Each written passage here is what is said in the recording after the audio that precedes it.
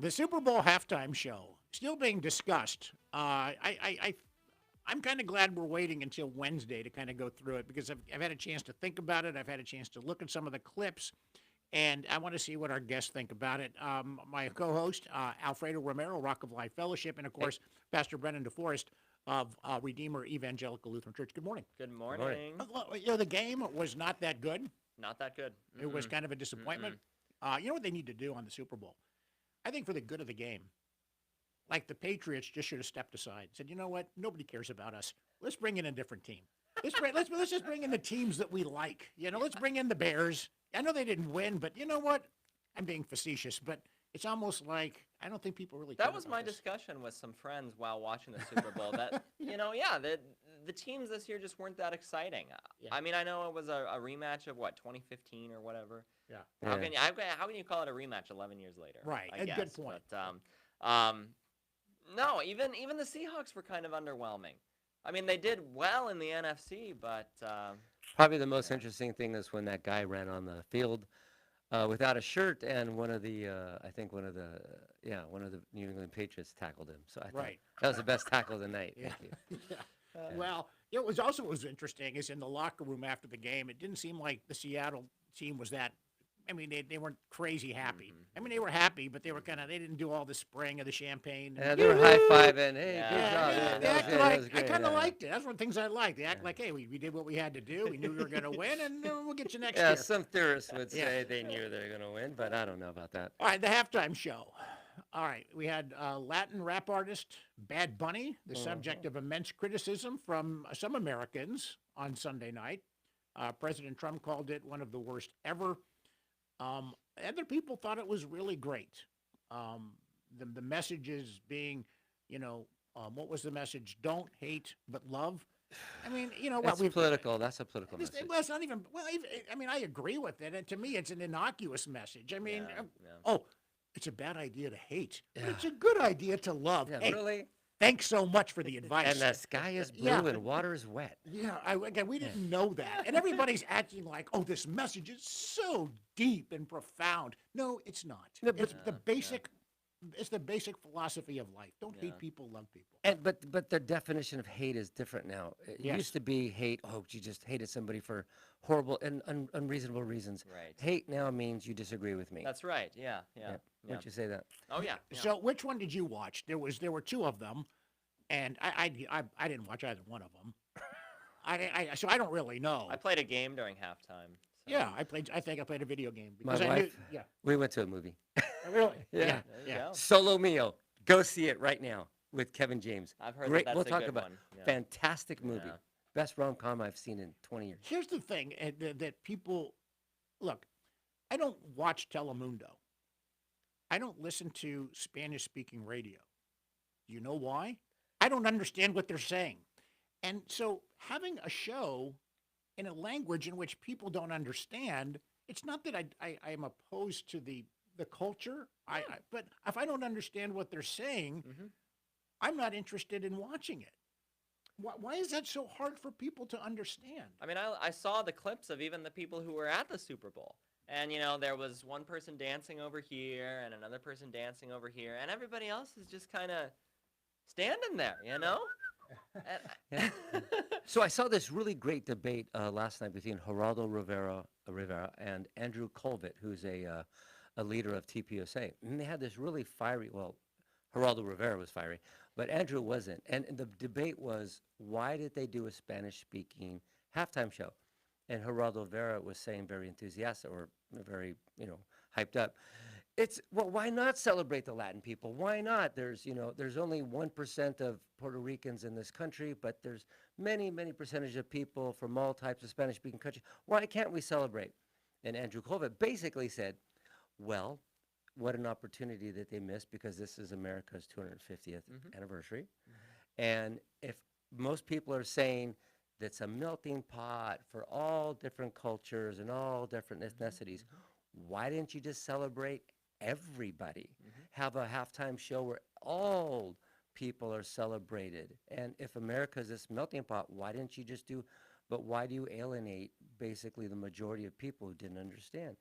And Bad Bunny, 4 months ago, did an interview when he found out, and he says, "Well, I'll do it in Spanish. You got 4 months for everybody to learn Spanish." So it was very divisive in that sense. and- Hey, my last name is Romero, so hey, okay. I mean, a halftime. I'm drawing a blank. The very famous musician, Kid Rock? born in the USA. Bruce Springsteen. He yeah. did an amazing halftime show about 10 years ago, I think it was. I just know that it was great. There was no politics. Nope. He didn't say anything. Just music. And we know his politics, where they're at, and I don't really care. But it was just a great show. It was really good. And I keep thinking, I'm a big fan of Paul Simon. Paul Simon, he has strong political beliefs. But if he came out and did a halftime show, whatever it is, and I don't know if it's on the conservative side or on the right side. George know. Strait, I think, is conservative. He came out and did a great show. I don't really care what his politics are. Just put on a good show. Yeah. Why is this so necessary to make it so political? It really takes things. I kind of miss is just the very first Super Bowl, which wasn't called the Super Bowl back, the Packers and the Chiefs. I think they had a high school band come out there and play. Yeah, that was fine. Yeah. That was great. That was fun. The best halftime show I've ever seen. I know there was Michael Jackson, and that was great. Bruno Mars, just about 4 years ago, maybe. That was fantastic. It was Yeah, he did a just good this job. great music. No statements for the left or the right, the middle, the whatever. Just great music. It was and the whole crowd was dancing. See, that's what I'm talking about. A message that unifies people, not highlights one person. And when Andrew Colvett basically said, "Well, why do you focus on one?" It's not. He basically said, "Why do you focus on just one section of our country?" And Geraldo Rivera got kind of sassy and said, "Well, next year let's just do Jewish. We'll do the Jewish halftime show, and then after that, It is so See, but silly. yeah, If there was a German artist who sang in German and they had them as the halftime show, there would be an uproar. sure. You And know? I would be opposed to that Good too. point. Good Sure. point. Yeah. Yeah, too. I mean, I don't speak German either, but I have German roots. right. And I have no issue with the German culture. I have no issue with the Puerto Rican culture. No issue whatsoever. I just want to be able to understand what they're saying. Yeah. Is that really asking that much? Yeah. But I was watching Morning Joe. Oh, Oh gosh, no, don't do that. that man is insufferable. Have to And take a it's shower. like you're going. She says he's telling us that it's wrong because we don't understand what they're saying. We should just say, well, that's okay. It doesn't matter that you don't understand. And I keep thinking to myself, this is why I don't watch Telemundo. Not that there's anything wrong with Telemundo, but I don't understand what they're saying. So why would I watch it? Yeah. Is it that hard for people to understand this? Well, there's another problem, real quick. One of the problems is, as somebody who speaks really bad Spanish, if you translated the words to these songs, they're filthy. And I got my son with me, I got my daughters with me, my wife, and there's probably 25 girls doing the booty shake on there. And that's, to me, the words, translate the words, people. And it wasn't a family wholesome show, which I believe it should be for everybody, Yeah, all yeah. ethnicities, all cultures. It should be a show that everybody would enjoy. Why single somebody out? Anyway, go ahead. People that we were with were surprised that the background dancers were even wearing as much clothing as they were. So Yeah. I mean, that's sad that had to be said. Yeah. Yeah. Well, the alternative one, I guess, drew about 20 million viewers, which is a significant amount, I suppose. But I mean, again, I flipped onto it and I watched one song, but it was country music, and I'm not a big country music fan. To me, they're not speaking. I mean, at least they're speaking a language I understand. But I mean, it's just not my musical taste.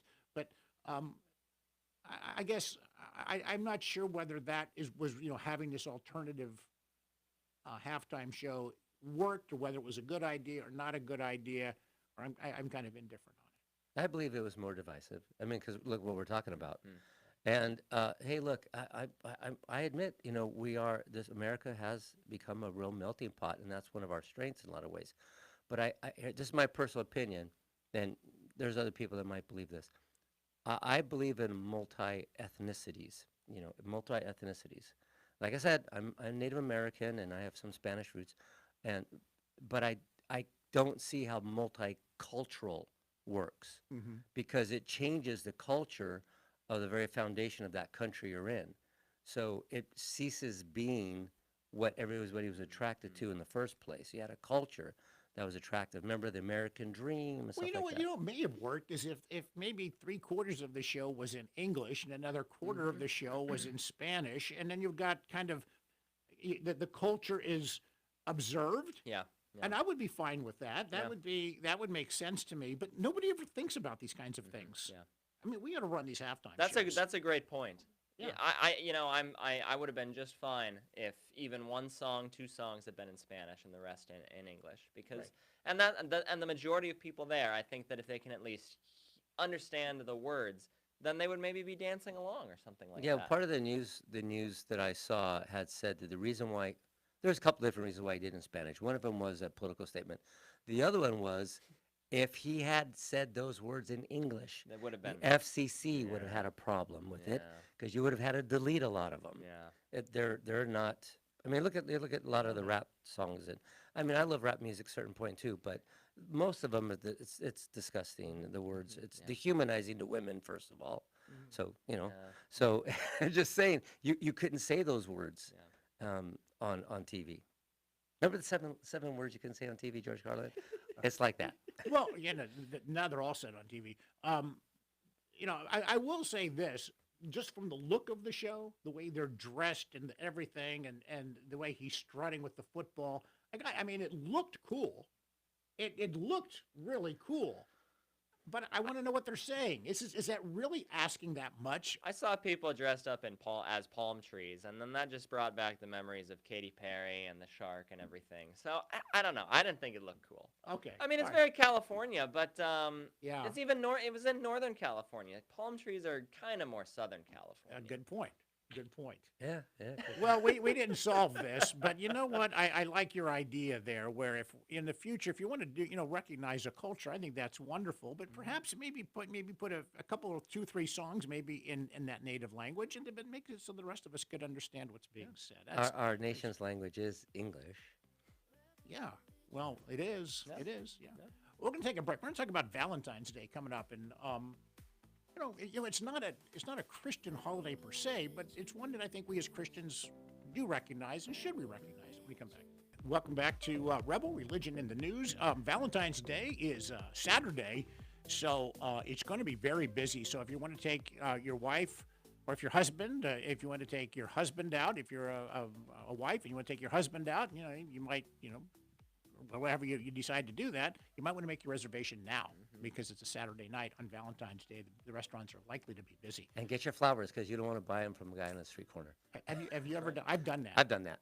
And when I did it, I thought she'll appreciate this. I mean, it's a nice thing, but in retrospect, it's She can tell. She can tell. yeah. Because they're just not quite the flowers you would buy in a Don't flower forget, store. Trader Joe's always has fantastic flowers. Oh, do they Really? Oh Oh, yeah, gosh, Trader thank you. Joe's has great. Guess I'm going to flowers. Trader Joe's after the show. So we're asking the question: is your marriage drifting? First of all, that is common. Now, Pastor Brennan DeForest of Redeemer Lutheran Church is a young groom, so that's way too early for you to be talking about that. But I'm sure it's something that you would probably have to counsel people on. Certainly. And yeah. and I'm reading a story here. Her name is Jeannie Francis. She's a contributor, and she says this. She says, "My husband and I made a point of going to bed together at the same time every night, no matter what. Then we stopped. We allowed educational pursuits, professional priorities, and kids' schedules to shift our normal rhythms. It felt like it made sense at the time. It felt fine until it didn't." And she says she found herself feeling more impatient with him. And she realized I had less and less insight into and connection with my husband's world. We let go of just one habit and begun to drift apart. Oh, I love that, because I think that is something that I would imagine a lot of couples do. Mhm. And they don't mean to do it. They think they're doing the right thing by saying, got to put the kids first. We got to put our educational pursuits first. We got to make sure the home is taken care of. We got to do this, this, and this. When really the key needs to be that relationship between the husband and wife has to be at the top. Oof. Well, the divorce rates for Christians is still 50%. If a Christian and a Christian get married, it's still 50%. No kidding. The divorce rate drops to 25% if that couple goes to church every week. Mhm. The divorce rate drops all the way down to like 1% if the couple is praying together every day. And going to bed at the same time is one great way to facilitate praying together every single day. Mhm. But I think what the author's really saying there is that they use the time of going to bed together to connect, to talk about the day, talk about what's going on. Even, the man's talking about his feelings. He's connecting with his wife. The wife is connecting with her husband and his pursuits. That's what's happening there. So if you can make a dedicated time to pray together, to talk together, it doesn't have to be going to bed at the same time. It could be waking up at the same time, getting coffee somewhere, something like that. A devotional in the morning, Yeah, yeah, starting your day off with a focus on the Lord. yeah. Yeah, you gave some stats, and I agree with those stats. And I did a message about that one time. And some of the stats had these varying different, if they pray, Yeah. if they, Yeah. etc. And see, the non-believers have, I'm saying pre-saved, people that may not have faith. But basically, their habits are slightly different than ours, the ones that have faith. And yet I can tell you, my wife and I had a time in our marriage were not really strong believers. Mhm. And then once we did, it was a life change. I've kind of lived both worlds. And there is I would tell you, there's a major difference when you have the same foundation, when you have the exact same belief and foundation. It puts you on the same page, whether we go to bed at a different time or not. It's the faith that keeps us strong. I think that when couples get married, they think everything is fine. Now it's just we're just coasting down the rest of the way. It's joy and happiness, but I think we forget that sometimes, and I don't think sometimes. I would imagine, and you tell me how much. There's work involved in having a successful marriage. Really, work, effort. Yeah. And I don't think sometimes we think that way. Whenever I do premarital counseling, I always tell them, there's nobody that you're going to sin against more now than your spouse, right? Because you are always with them. That's the person that you're going to sin against the most, that you're going to get angry with the most. Yeah. That's good. So yes, you do have to work at it. Forgiving sins, listening, communicating, right? That's some of the stuff that we talk about. And that I agreeing like to in premarital. disagree on certain Yeah, topics. yeah. You are right, because forgiveness is really, in many ways, forgiveness is the cornerstone of a good marriage, which in other words means doing wrong things is the cornerstone of a good marriage. I mean, isn't that terrible to say? Because if you don't need forgiveness, you have forgiveness because you need forgiveness, and you need forgiveness because you screw up, and you do things that are wrong. Yeah. And if you don't do things that are wrong, you're not going to have a marriage. I mean, in a way, it's kind of depressing to think of it that way, because forgiveness is the cornerstone of all relationships, and it's really the cornerstone of love. And you've got to be open to that. Yeah. And I think one of the things, I like what you say in marriage counseling, when you talk to marriage counseling, both of you, there must be that explanation that you're gonna have to be able to forgive each other, because if you can't forgive each other, it's never going to work out. I mean, and that's Yeah. why it's so great to have a Christian marriage where you know about the forgiveness of Jesus. Marriage is such a gift of God. It's such a blessed institution for life itself that God is going to bless even unchristian couples, and they'll learn to communicate and forgive each other. But yeah, when you're both founded on a strong faith in God and in his son, Jesus Christ, it does make forgiveness easier for the general everyday things. Yeah, I'll give you, that's a great point. I'm going to give you some advice. So I went to a seminar to learn how to do counseling. It was with Gary Chapman. And he's the one who wrote the 5 love the languages. 5 love languages and also the 5 forgiveness languages in his other that's books a as newer, well. yeah, he's got that stuff. Yeah, it's great. He's a great guy. I met him. His wife is amazing. But it really taught my wife and I a lot about the different ways we forgive each other. When I'll give you an example. When my wife it finds me and I'm wrong, right? I'm wrong. And my wife wants the kind of forgiveness that I say, I'm sorry for her to forgive me, and I'll never do it again. My wife wants assurances that I know how bad she was hurt. She wants me to say, I'll never do it again. I'm so sorry. I learned. I'm sorry. Me, when my wife does something wrong and she has to say she's sorry, which is very rare, I want I want something from her. I want proof, a physical proof that she's sorry. Buy me a guitar. Take me out to dinner. But wait a You minute. know. Wait, I got to push back a little bit on that because you want to guarantee that you're never going to do that sin again? I don't think She that. I don't. does. Your wife is wonderful. Is that? I'll let Pastor DeForest break the tie here. Is that realistic? Because what does Jesus say? What does Jesus say about forgiving? How many times? 7 times? No. 7 times 70. Yeah. So he's talking about the Gary Chapman stuff. And sometimes, and I've read some of his stuff, and it's very good. The 5 love languages, like how do you express love? Yeah. It's helpful to know the, what your spouse needs from you. Yes. And so that's what he's talking about. Yeah, Even exactly. with giving and receiving forgiveness, because people give and receive forgiveness differently. So what does that look like for your spouse? Yeah, it could be different based on that. And I'm not saying like, like I'd never do something again, like I called her a name or something, but if I slapped her or something, which I no, doesn't happen. No. Yeah. But I mean, no, not at all. But I'm saying I understand that she says the main point of this is she wants me to know how much I hurt her. And that you know how much you hurt me, and you just won't do that again. You'll try never to do that again. Me, I want restitution.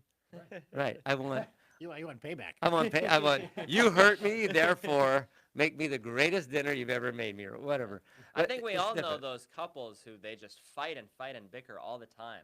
And that's why, that's part of their Communication. thing. Yeah, Yeah. that's part of their Just the way giving and they talk. receiving forgiveness. But yeah. even a relationship like that, it's better to go through it and persevere than to give up on it. You Yeah, got to let definitely. the air out of the bubble once in a while. Yeah, yeah. You just got to let the pressure go. And Yeah. me and my wife has had some really good, intense fellowship before. And it's really helped afterwards. It kind of, because you walk around kind of vented up with all this Yeah. stuff. And if you don't release it, have a good Yeah, conversation. yeah. What do you think, guys? I think so. I think that works. But the but the love thing is different too, because my wife shows me love in a different way than I show her love. Acts of service, Yeah. words of Yeah. affirmation. I like words of affirmation. I like to be built up. My wife, she just wants me to help her, serve her. It's different. We got your Sunday service coming up. Is Valentine's Day going to be a part of that discussion in the pulpit on this Sunday over at Redeemer No, Lutheran? it's going to be Transfiguration Sunday. So we're going to spend some time talking about the Transfiguration. Yeah. Valentine's Day is a Christian holiday. It's been horribly commercialized, but Saint Valentine, he was martyred in the early centuries, but he would share the love of Jesus with others, and that's kind of why he was martyred. That's where Valentine's Day comes from. Yeah. We like Valentine's Day. It's a good Yes, one. yeah. All right. Yeah, it's expensive, but it's good. Well, you're right. That's true. But it depends. If you get the flowers on the side of the road, it's not as It's expensive. not so bad. But don't do that. And don't go to CVS for a gift. Okay. Good advice.